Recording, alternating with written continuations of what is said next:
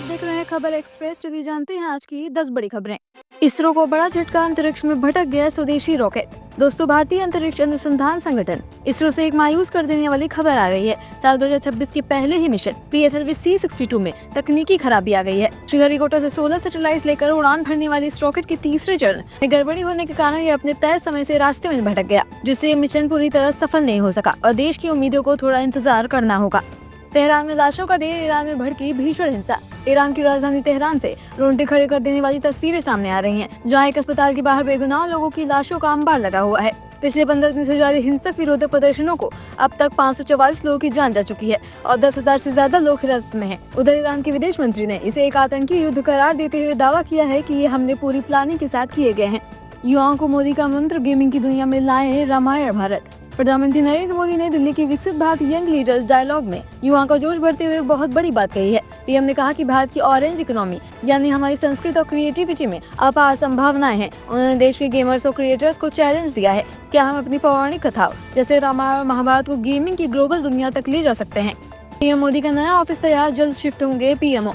दिल्ली के रायसीना हिल्स से बड़ी खबर आ रही है कि सेंट्रल विस्टा प्रोजेक्ट के तहत प्रधानमंत्री का नया ऑफिस लगभग बनकर तैयार हो चुका है और फिनिशिंग का काम आखिरी दौर में है। सूत्रों के माने तो मकर संक्रांति या फिर जनवरी के अंत तक पीएम मोदी अपने इस नए ऑफिस में शिफ्ट हो सकते हैं, जो मौजूदा 7 लोक कल्याण मार्ग वाले आवास के भी काफी करीब होगा। भारत जर्मनी की दोस्ती में नया अध्याय, गांधीनगर में मोदी मर्स की मुलाकात। भारत और जर्मनी के रिश्ते अब एक नई ऊंचाई पर पहुंच रहे हैं, जहां गांधीनगर में पीएम मोदी और जर्मन चांसलर फ्रेडरिक मर्स के बीच बेहद अहम द्विपक्षीय वार्ता हुई। पीएम मोदी ने साफ कहा कि भारत में काम आ रही 2000 से ज्यादा जर्मन कंपनियां दोनों देशों के अटूट विश्वास का प्रतीक है और आज हुए नए समझौते से ये साझेदारी आने वाले समय में और भी ज्यादा मजबूत हो सकती है। गैंगस्टर अबू सालेम की रिहाई पर सस्पेंड, सुप्रीम कोर्ट में मांगा सबूत। 1993 मुंबई धमाकों के दोषी अबू सालेम की रिहाई को लेकर सुप्रीम कोर्ट में एक दिलचस्प मोड़ आ गया है। अदालत ने सालेम के वकील से कड़े सवाल पूछते हुए कहा कि वो साबित करें कि सालेम ने जेल में पूरे 25 साल बिताए हैं। बेंच ने जेल नियमों और टाटा के तहत मिलने वाली छुट्टी के कैलकुलेशन पर सवाल उठाए हैं, जिसमें अब सालेम की जेल से बाहर आने की उम्मीदों पर पेंच फंसता नजर आ रहा है। LOC पर ड्रोन वाली साजिश, भारतीय सेना ने की ताबड़तोड़ फायरिंग। जम्मू कश्मीर के सांबा, राजौरी और पुंछ सेक्टर में पाकिस्तान की तरफ से एक साथ 5 से अधिक ड्रोन देखने को मिले हैं। सतर्क भारतीय जवानों ने नौशेरा सेक्टर में जैसे ही ड्रोन देखा तुरंत मशीन गन से फायरिंग शुरू कर दी, जिसके बाद ये ड्रोन वापस भाग निकले। फिलहाल पूरे इलाके में सर्च ऑपरेशन जारी है, क्योंकि हाल ही में ड्रोन के जरिए गिराए गए हथियारों की खेप भी बरामद हुई थी।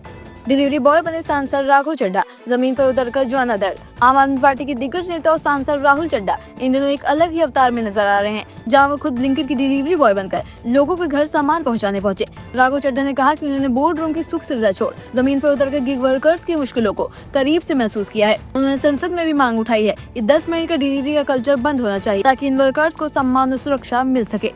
मर्दानी 3 का धमाकेदार ट्रेलर रिलीज, फिर लौटेंगी शिवानी शिवाजी रॉय। बॉलीवुड फैंस के लिए एक बड़ी खुशखबरी है, क्योंकि रानी मुखर्जी की ब्लॉकबस्टर फ्रेंचाइजी मर्दानी 3 का रोंगटे खड़े कर देने वाला ट्रेलर रिलीज हो गया है। इस बार निडर पुलिस अफसर शिवानी शिवाजी रॉय का सामना एक बेहद शातिर महिला विलन से होने वाला है। इसके किरदार एक्ट्रेस मल्लिका प्रसाद निभा रही हैं। लापता लड़कियों को बचाने के इस मिशन पर आधारित ये फिल्म 30 जनवरी को सिनेमाघरों में तहलका मचाने के लिए तैयार है।